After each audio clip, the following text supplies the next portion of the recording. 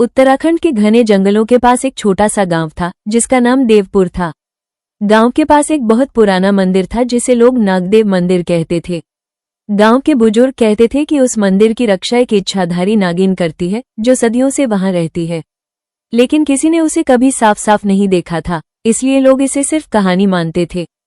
उसी गांव में आरव नाम का एक बहादुर और जिज्ञासु लड़का रहता था। उसे रहस्यमयी जगहों के बारे में जानना बहुत पसंद था।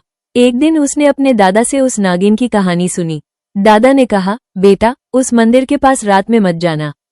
वहां एक इच्छाधारी नागिन रहती है जो मंदिर की रक्षा करती है। लेकिन आरव के मन में जिज्ञासा और बढ़ गई।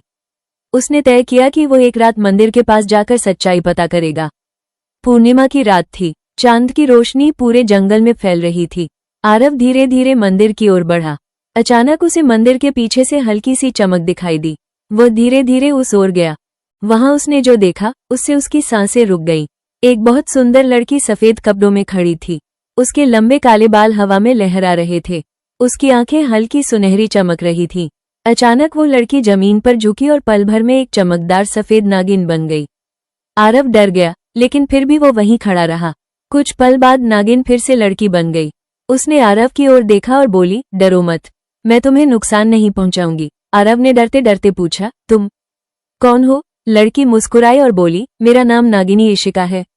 मैं एक इच्छाधारी नागिन हूँ। कई सौ सालों से इस मंदिर और गांव की रक्षा कर रही हूँ। आरव हैरान रह गया। उसने पूछा, लेकिन लोग तुम्हें क्यों नहीं देखते? इशिका बोली, क्योंकि इंसानों में लालच बहुत बढ़ गया है।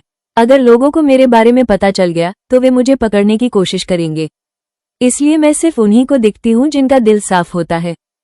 इतने में अचानक जंगल में अजीब आवाजें आने लगी। कुछ लोग मशाल लेकर मंदिर की ओर आ रहे थे। वे खजाने की तलाश में आए थे। गांव में अफवाह थी कि नागदेव मंदिर के नीचे बहुत पुराना खजाना छिपा है। इशिका ने धीरे से कहा, ये लोग मंदिर को नुकसान पहुंचाने आए हैं। जैसे ही वे लोग मंदिर के अंदर घुसने लगे, इशिका फिर से नागिन बन गई। उसकी आंखें चमकने लगी और वो बहुत तेजी से उनके सामने आकर फुफकारने लगी। उस भयानक दृश्य को देखकर सभी डर गए। उन्होंने अपने हथियार गिरा दिए और भागते हुए जंगल से बाहर चले गए। कुछ देर बाद इशिका फिर से लड़की बन गई। आरव ने कहा, तुम सच में इस गांव की रक्षक हो? इशिका मुस्कुराई और बोली, हाँ, और अब तुम मेरे राज को जानते हो, लेकिन ये बात किसी को मत बताना। आरव ने सिर हिलाया और कहा, मैं वादा करता हूँ। उस रात के बाद आरव अक्सर मंदिर के पास जाता और इशिका से बातें करता।